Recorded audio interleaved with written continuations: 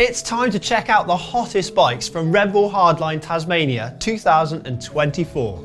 We're looking at the setups the pros are riding at the first ever hardline to take place outside of the UK, with 75-foot gap jumps and huge drops built from the finest Australian dirt. The race is the brainchild of former World Cup downhiller Dan Atherton, who decided that World Cup tracks were simply not difficult enough. Hardline is invite only and showcases the best riders from across the world of downhill and freeride.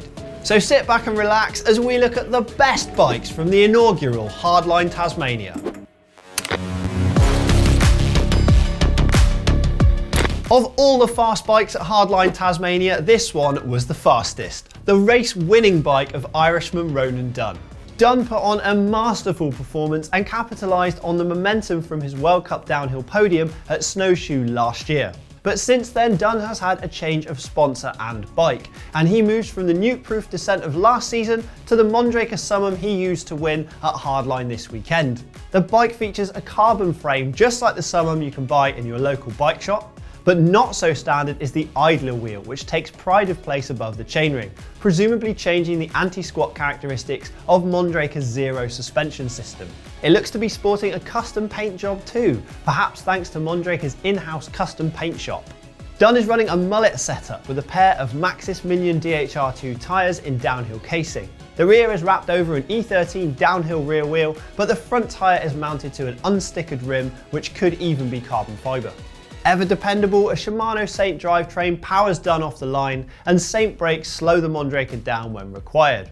As we all know, a quiet bike is a fast bike, and along with copious sound deadening is what looks like an STFU bike chain guide to stop the chain flapping about behind the chainring. But interestingly, no lower chain pulley. Dunn is running Fox suspension front and rear, and what looks to be a Fox 40 up front and a coil-sprung Fox DHX2 shock on the rear. If it ain't broke, don't fix it. Third place George Brannigan was running his prototype NS Fuzz, which was custom painted for the 2023 World Champs at Fort William in Scotland. The prototype runs a very interesting looking 6-bar linkage, which appears similar in operation to the current Commencal Supreme DH-V5. George is running his Fuzz with a mullet setup, using carbon E13 wheels wrapped in a Kenda Hellcat tyre up front and a Kenda Pinner on the rear. Brannigan is only running 24 psi in the front tyre and 26 psi in the rear, favouring maximum traction over high-speed stability. Braking is handled by German brand Trickstuff's Maxima brakes, with some fantastic machining and some truly humongous disc rotors at 220mm front and rear. That should handle the braking energy in the Australian heat. Connecting George's cranks to his chainring is an O-chain Spider. This clever piece of kit provides a buffer of up to 12 degrees of elastomer sprung float between the rider's feet and the chain, which reduces pedal feedback and should make the suspension buttery smooth.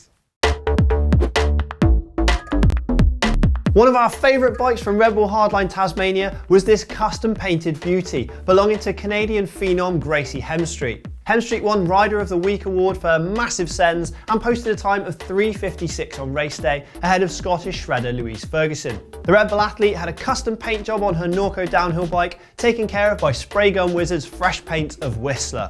The paint job tracks key moments in Gracie's life and is an homage to her introduction to mountain biking on British Columbia's Sunshine Coast. Apart from the paint job, the prototype Norco features some clever tech, designed to get Gracie downhill fast. An oversized idler pulley maximises pedalling efficiency, and CNC relieved seat stays mean maximum stiffness and traction on the rear of the bike. Gracie's bike looks blinged up with TRP components brakes, which use 4-piston calipers and large rotors. The bars, seat and seat post look to be from Deity components.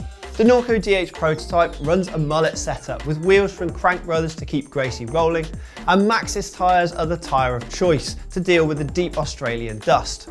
A 29-inch Assegai 3C up front and a 27.5-inch Minion DHR2 on the rear. Gracie looks to be using TRP's Evo 7 mech to shift through the gears and rides clipped in on what looks to be Crank Brothers mallet pedals. The eagle-eyed amongst you may have noticed some small differences between the bike which appeared in an early studio shoot and the bike that Hemstreet was riding at Hardline Tasmania. Grip tape obscures part of the crank arms and should help Hemstreet's feet to stay attached to the bike if the going gets sketchy. However, underneath the grip tape, the cranks appear to be more similar to some SRAM carbon cranks than the TRP cranks on the bike in the studio. Another key difference is the suspension. The bike looks to be using Fox suspension front and rear with a 40 fork up front and a coil-sprung DHX2 shock on the rear. But interestingly, it looks like Hemstreet is using a Springdex coil spring instead of the Fox spring fitted to the bike for the studio shoot. Now, Springdex claims that their springs are progressively wound to help resist bottom out. And it looks like a spring rate adjuster spacer from Springdex is being used, and the text on the spring reads 440, which is likely to be the poundage of the spring as it's set up on Hemstreet's bike. Zerode are famous for their high pivot gearbox bikes, so it's great to see their return to World Cup level racing this year with some of the most innovative downhill bikes out there. The new Zerode G3, ridden to an 8th place finish at Hardline Tasmania by Sam Blenkinsop, typifies this out-of-the-box thinking. Not only does it feature a high pivot suspension design and a pinion gearbox, but it also features a Gates carbon belt drive, making it one of the most silent bikes on the circuit. Blenky was using SR Suntour suspension to tame the hardline course with a custom-tuned Rux fork containing 88 psi and 5 volume spacers up front, and a coil shock with a 500-pound spring on the rear and all the dials set to fully open. Sam was running a mullet wheel setup with a DT Swiss front wheel clad in a Maxxis Assegai 29-inch tyre and a Minion DHR2 27.5-inch rear tyre. Sam holds on to Deity Black Label's 790mm wide bars and a Deity stem, and I think he's one nice looking machine. A custom paint job by renowned painters Fat Creations is the centrepiece of Belgian slopestyle sensation Thomas Janon's GT Fury. The frame is GT Bicycle's Fury with 210mm travel, which has been stripped down and deftly recoloured by the artist from England. The bike is running what appears to be an SR Suntour Rux air-sprung fork up front and an RS24 Tri-Air 3CR rear shock. It's categorised on SR Suntour's website as an enduro shock, but they clearly feel it's up to the task of handling the mammoth hits of the Hardline Tasmania course. It's hard to see in the photos, but Janon looks to be running a mullet setup on his Fury. From the stickers, we can see that the bike is running Novatec rims front and rear with a Diablo XL graphic on the rear denoting the model. These are shod in Schwalbe tyres with a first ride hot patch on the front, which shows that he's running a custom compound or casing, or both, from Schwalbe, which should help him tame the corners of the hardline track.